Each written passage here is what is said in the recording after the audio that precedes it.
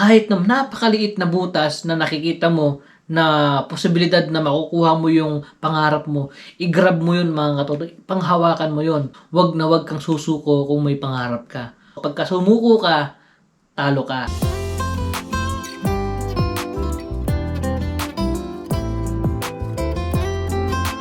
Ang natutunan ko po dito sa Canada, sa pag-abroad, sa buhay OFW, talagang hindi siya madali.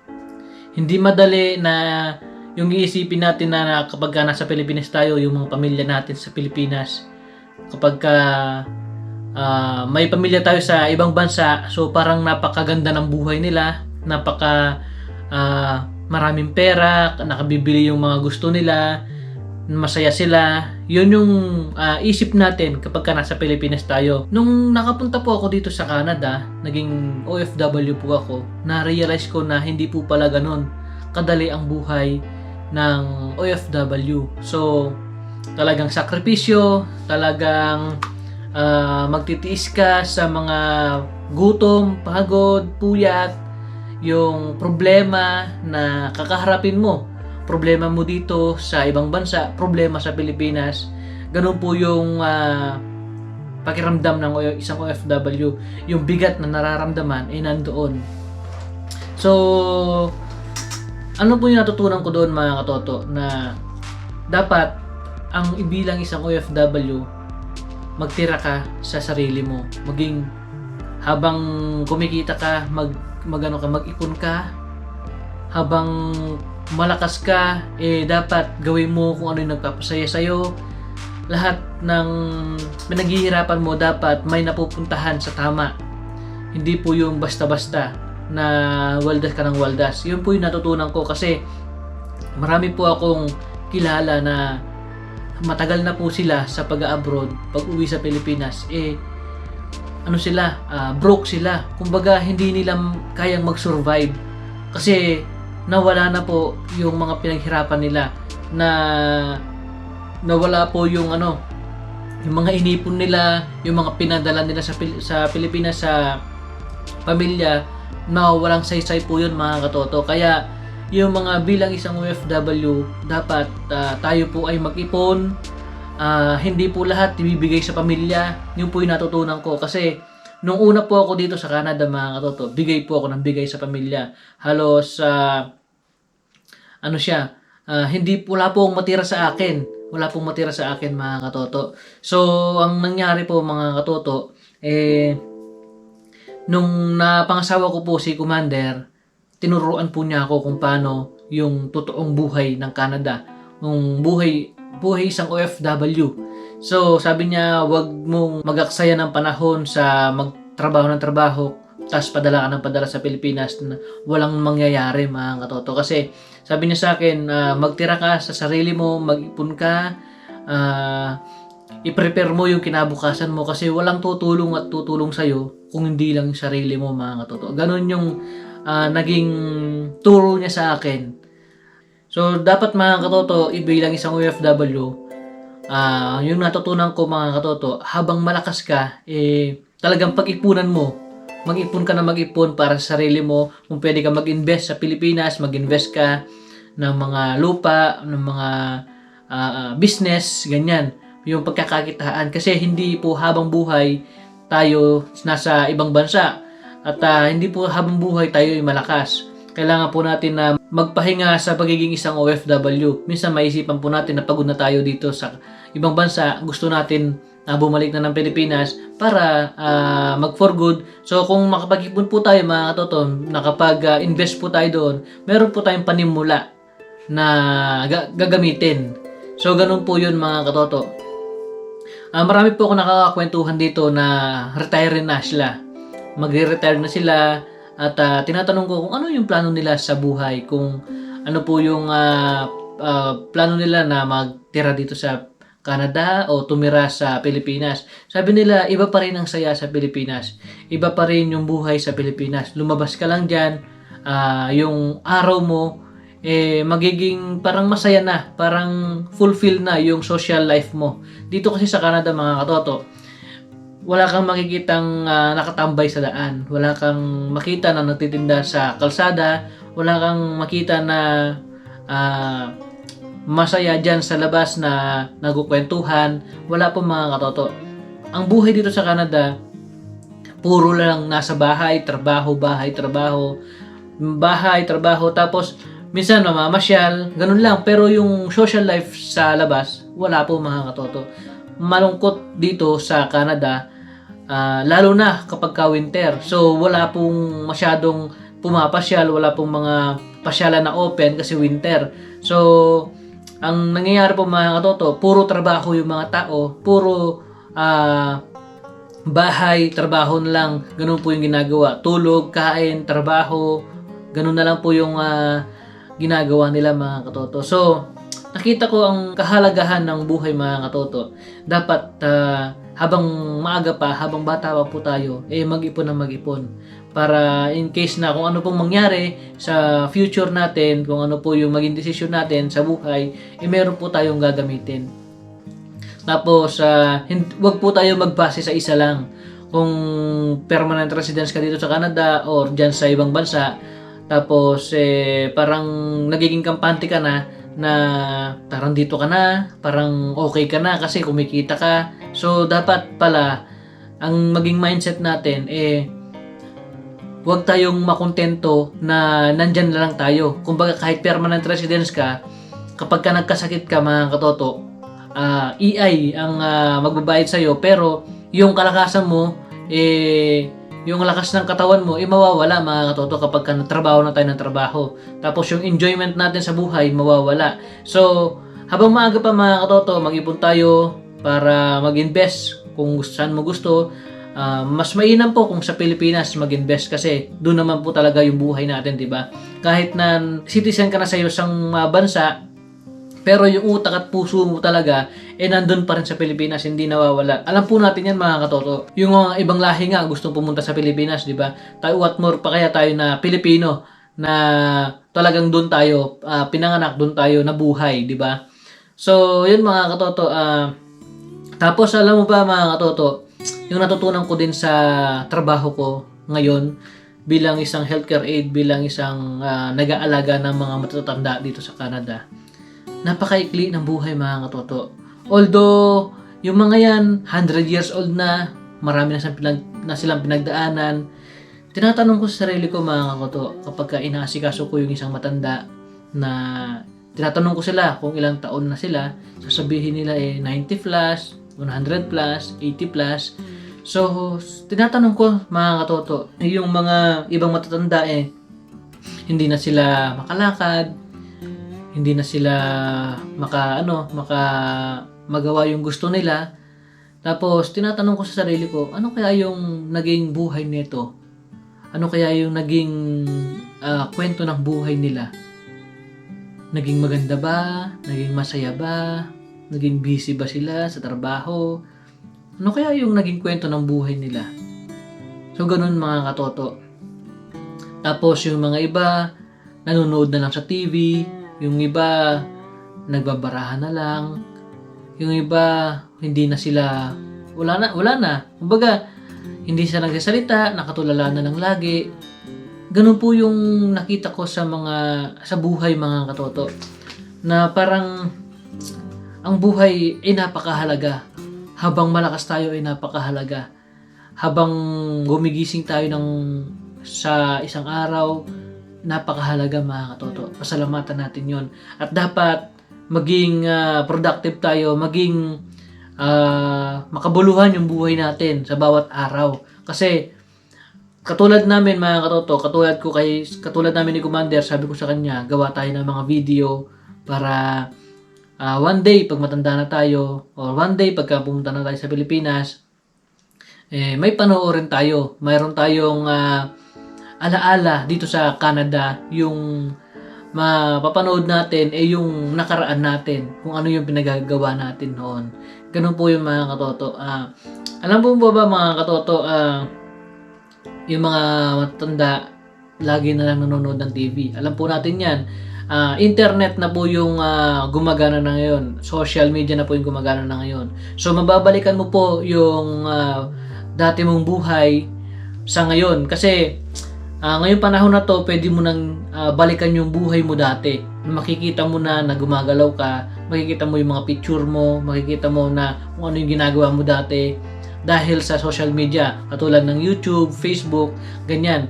So, marami pong paraan para mabalikan yung mga alaala natin. Hindi mo naman po tayo nanatiling bata eh. Tumatanda po tayo. Nagiging yung buhay natin patanda ng patanda. Yung katawan natin pahina ng pahina, yung utak natin pahina ng pahina, yung hindi natin maalala lahat ng mga nangyayari nung nakalipas na taon sa buhay natin, di ba? Kaya ito yung YouTube isang paraan para medyo makapag-save ka ng mga memories mo kung saan ka man na naroroon. Maging gamitin mo. Kami gagamitin namin ito, yung YouTube, para makatulong po sa mga kababayan natin na gustong pumunta dito sa Canada, information na gustong matuto dito sa Canada. At isa na rin po sa purpose ng pag-YouTube namin yung ma-documents namin yung buhay namin dito sa Canada. So gusto namin balik-balikan, katulad po nung umuwi po kami ng Pilipinas, nung naalala ko dito sa Canada kung ano po yung tinry ko, kasi 1 month po kami sa Pilipinas, tapos tinry ko na ano kaya yung ginawa ko sa Canada.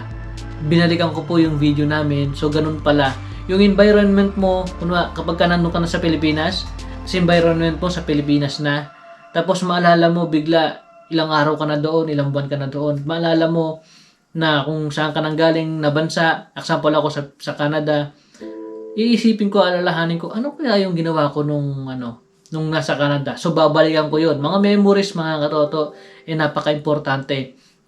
Tapos masaya ka kung ano yung ginagawa mo. Ay, ganito pala yung ginawa ko dati. Pinuntahan pala namin dati ito, na hindi mo akalain na nandun ka na sa Pilipinas, nagawa mo pala dun sa bansa na pinanggalingan mo. So minsan, mga katoto, hindi po lahat na naalala natin yung mga memories natin. So itong video na ginagawa ko ngayon, parang documents na rin sa buhay namin. Documents na rin sa nangyayari sa paligid namin, ganon. At yun, mga katoto, isa pang natutunan ko sa buhay OFW, mga katoto, naging matatag ako sa lahat ng pagsubok na dumarating sa buhay ko, na kinakaya ko kahit na mahina ako. Alam kong mahina ako, pero kakayanin ko kasi walang ibang tutulong sa akin kung hindi ang sarili ko. Tapos yung pagka nagkasakit ka, mga katoto, lalo na nung single pa ako, hindi pa ko pa nakilala si Commander, aalagaan mo talaga yung sarili mo. Pag magilagnat ka, papainumin mo ng gamot yung sarili mo, gagawin mo kung ano yung tama para lang gumaling ka. Ganun po kahirap ang bilang isang OFW. Tapos matututo kang magluto, matututo kang gagawin kung ano yung di mo ginagawa nung nasa Pilipinas ka. Ganun po yung natutunan ko, mga katoto. Tapos isa rin po na natutunan ko, mga katoto, sa pagiging isang OFW, hindi po pala mahalaga yung masyadong marami kang kaibigan. Alam mo po kung bakit, mga katoto, na mas maganda pa yung konti yung kaibigan mo. Yung maraming kaibigan, ng sobrang daming kaibigan, mga katoto, hindi po maganda, kasi grupo-grupo yan. Pagka napunta ka sa isang grupo, kaaway ka na nila, tapos lumiliit yung mundo mo. Ganun po, mga katoto. Although masaya ang maraming kaibigan, masaya ang maraming barkada, ganyan, nakikilala, pero ako kasi, mga katoto, may kaibigan po ako sa Philippines, pero piling-pili lang po. Piling-pili lang po talaga yung mga kaibigan. Pero masaya po ako. So, ano po yung nagiging ko?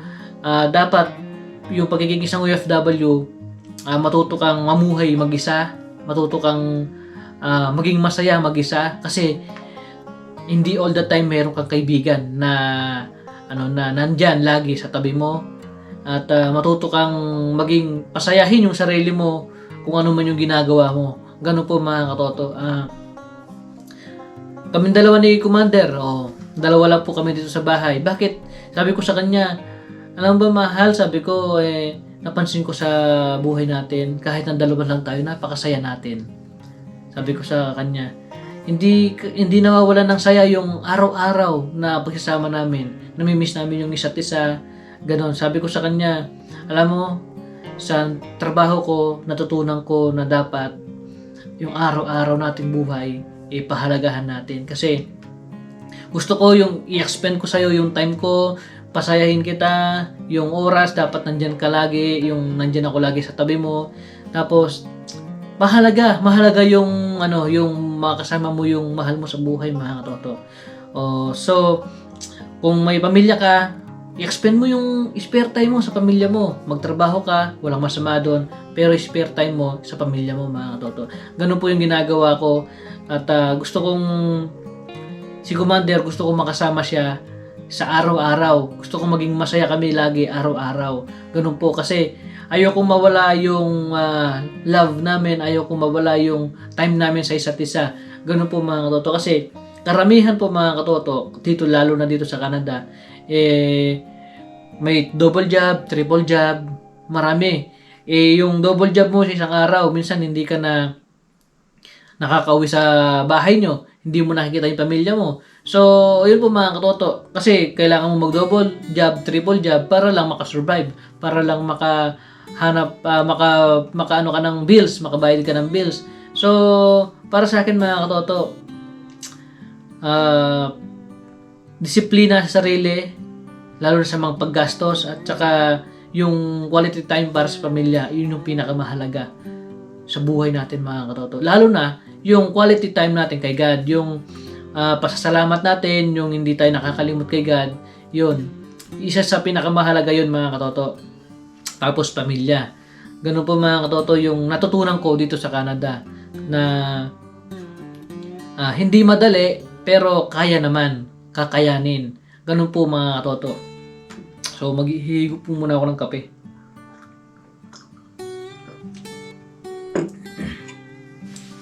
Yan po, mga katoto. Ang buhay natin maikli lang, kaya dapat mahalaga. Wag na wag kang susuko kung may pangarap ka. Wag na wag kang susuko sa mga bagay na nahihirapan ka at nagpapadown sa'yo. Wag kang magpapadala, wag kang magpapapekto sa mga negative na nangyayari sa paligid mo, sa mga negative na humihila sa'yo bababa para sa pangarap mo. Maging focus ka kung ano yung gusto mong goal, maging focus ka kung ano yung gusto mong marating sa buhay. Mag-pray ka lagi and then gawin mo. Magtiwala ka sa sarili mo, magtiwala ka kay God, magagawa mo kung ano yung gusto mong gawin, mga katoto. Ganun po yung natutunan ko dito sa pagiging isang OFW dito sa Canada. Hindi lang sa nung unang pag-apply ko, marami na ako po natutunan nun sa pag-apply ko pa lang dito sa Canada. So, natutunan ko po nung nag-apply po ako dito sa Canada, hanggat may 1% ng pag-asa, i-grab mo po, mga katoto. Kahit na napakaliit na butas na nakikita mo na posibilidad na makukuha mo yung pangarap mo, i-grab mo yun, mga katoto. Panghawakan mo yun. Kasi yung chance na yun, mga katoto, may pag-asa yun. Minsan, bumabaliktad yan, mga katoto. Minsan, yung magiging, pagka pinagpatuloy mo, makukuha mo, yung pag-asa na yun, malaki. Ganun po, hindi mo akalain na makakamit mo pa pala yun, kahit na konting-konting pag-asa lang, yung pinangahawakan mo. Ganun po kasi ako dati, mga katoto. Na bagsak na po ako lahat, nung nag-apply po ako sa Pilipinas, bagsak na po ako lahat. Pero meron lang pong isang chance para lang makapagpatuloy. Yun po, mga katoto, yung pag-take ko po ng IELTS ulit. Yun po yung isang paraan na matupad po yung pangarap ko papunta sa Canada. So, tinake ko po yun, mga katoto. Yun po yung isang aral sa akin ng aking magulang na konting pag-asa, konting opportunity, i-grab mo.